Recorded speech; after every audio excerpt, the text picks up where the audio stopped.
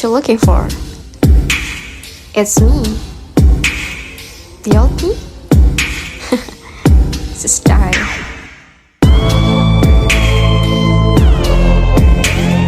Assalamualaikum warahmatullahi wabarakatuh. Perkenalkan, nama saya Lailatul Qamaria sebagai pemateri pertama yang akan menjelaskan tentang variance analysis for budgeting. Introduction. Varian atau selisih adalah perbedaan antara suatu rencana atau target dengan hasil standar kinerja aktual membandingkan standar kinerja dengan kinerja aktual. Introduction.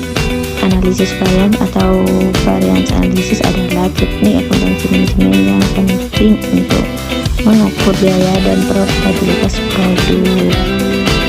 Variance analysis atau analisis varian adalah perbandingan antara hasil yang diprediksi dan hasil aktual. Sebagai contoh, sebuah perusahaan dapat memprediksi jumlah penjualan untuk tahun depan dan membandingkan jumlah yang diprediksi dengan jumlah aktual pendapatan penjualan yang diterima. Pengukuran varian dapat dilakukan secara bulanan, triwulan, dan atau tahunan tergantung pada preferensi bisnis masing-masing. Semakin sering perusahaan mengukur varians ini, semakin besar kemungkinan untuk menemukan tren dalam datanya. Keberhasilan suatu varian dapat bergantung pada jenis analisis varian yang Anda hitung dan prediksi varian yang diharapkan perusahaan. Sebagai contoh, jika biaya aktual lebih rendah daripada biaya standar untuk bahan baku dengan asumsi volume bahan yang sama, hal ini akan menghasilkan varians harga yang menguntungkan, yaitu pengenalan biaya. Namun jika kualitas standar adalah 10.000 lembar bahan dan 15 lembar diperlukan dalam produksi, ini akan menjadi varians kuantitas yang lebih menguntungkan karena banyak bahan yang digunakan daripada yang sudah direncanakan. Berdasarkan contoh di atas, itu merupakan penyimpanan biaya yang biasa terjadi disebabkan oleh adanya perbedaan antara angka budget dengan realisasinya. Hal ini dapat terjadi mengingat sifat anggaran menyalah taksiran sehingga kekuatannya tergantung pada keadaan pada waktu pembuatan taksiran tersebut. Penyimpangan biaya tersebut bukan hal yang aneh sejauh perbedaan itu masih dalam batas wajar. Penyimpangan yang terjadi harus dianalisis untuk mengetahui sebab-sebab terjadinya. Berdasarkan teori Sim dan Siegel mengemukakan bahwa apabila nilai varians lebih kecil dari 5%, maka bersifat imaterial. Manfaat analisis varian. Yang pertama, identifikasi perubahan dan tren. Analisis varian membantu dalam mengidentifikasi perubahan signifikan dalam kinerja keuangan suatu entitas. Dengan membandingkan angka aktual dengan angka standar, kita dapat melihat trennya dan pola yang muncul dari waktu ke waktu. Hal ini membantu manajemen dalam memahami perubahan yang terjadi dalam pengambilan tindakan yang tepat. 2. Pengendalian biaya. Analisis varian biaya membantu dalam mengendalikan pengeluaran perusahaan. Dengan memahami perbedaan antara biaya aktual dengan biaya yang diharapkan, manajemen dalam mengidentifikasi area yang memerlukan perhatian lebih dan mengambil tindakan perbaikan. Hal ini membantu dan mengoptimalkan penggunaan sumber daya, meningkatkan efisiensi operasional. Yang ketiga, pengambilan keputusan yang informasional.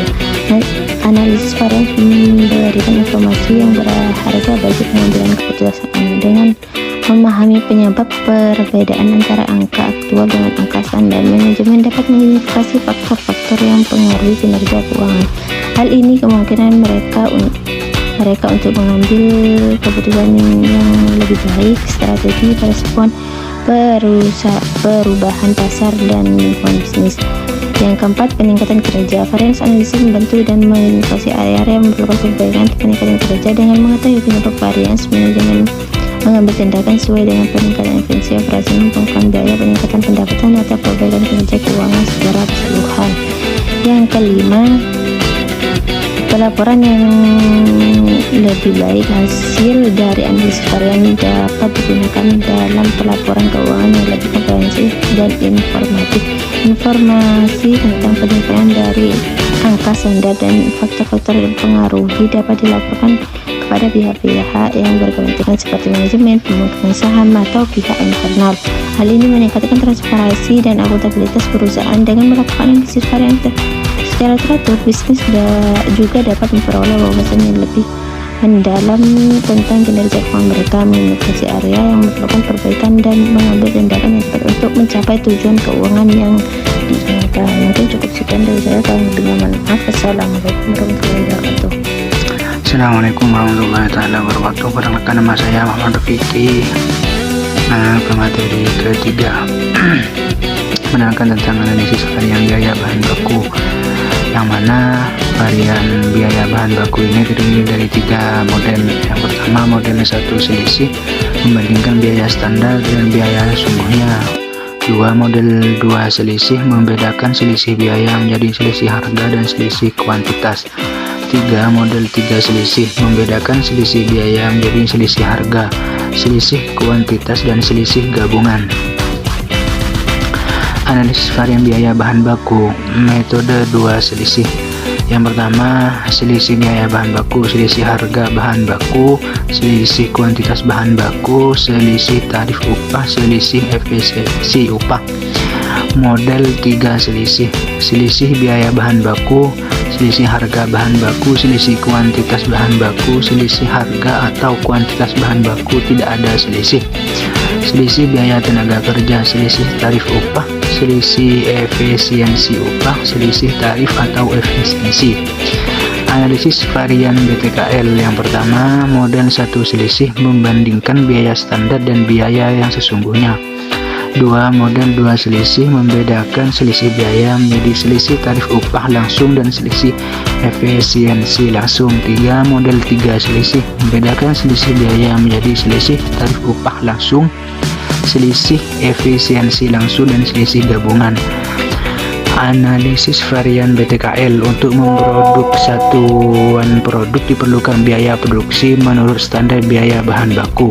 Sekian penjelasan dari saya, kurang lebihnya mohon maaf. Assalamualaikum warahmatullahi wabarakatuh. Assalamualaikum warahmatullahi wabarakatuh. Di sini saya sebagai materi selanjutnya akan menjelaskan mengenai analisis varian dalam perusahaan.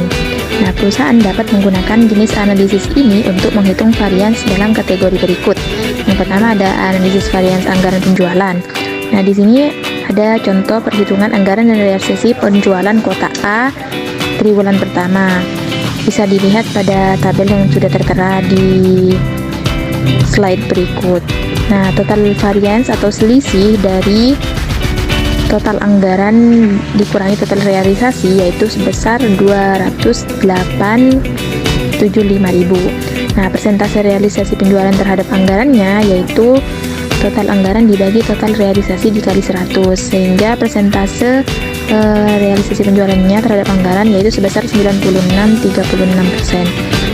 Analisis varian anggaran penjualan.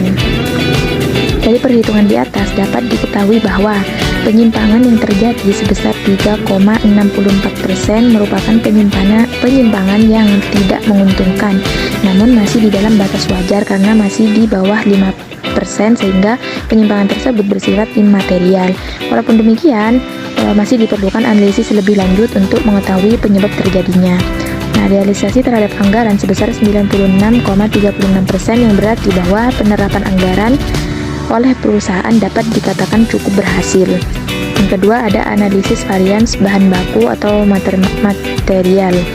Nah, analisis varian biaya bahan baku itu terdapat 3 model. Yang pertama model 1 selisih, yaitu membandingkan biaya standar dengan biaya sesungguhnya. Bisa dilihat pada contoh pada slide berikutnya, yaitu analisis model selisih. Selisih biaya bahan baku yaitu kuantitas standar dikurangi harga standar dikali harga standar, kemudian dikurangi kualitas sesungguhnya dikali harga sesungguhnya. Yang kedua ada model 2 selisih, yaitu membedakan selisih biaya menjadi selisih harga dan selisih kuantitas. Yang ketiga ada model 3 selisih, membedakan selisih biaya menjadi selisih harga, selisih kuantitas, dan selisih gabungan. Lalu selanjutnya ada analisis varian biaya tenaga kerja langsung yang bisa dihitung melalui 3 model. Yang pertama ada model 1 selisih, yaitu membandingkan biaya standar dengan biaya sesungguhnya. Yang kedua model 2 selisih, yaitu membedakan selisih biaya menjadi selisih tarif upah langsung dan selisih efisiensi langsung. Yang Yang ketiga ada model tiga selisih, membedakan selisih biaya menjadi selisih tarif upah langsung, selisih efisiensi langsung, dan selisih gabungan. Nah, contoh perhitungannya yaitu analisis varian biaya tenaga kerja langsung, yaitu bisa dilihat pada slide. Sama seperti sebelumnya juga untuk setiap model itu perlu membandingkan antara tenaga kerja langsung standarnya dan jam kerja standarnya, tarif standar dan juga jam kerja standarnya, juga tarif yang digunakan sesungguhnya dan jam yang digunakan sesungguhnya.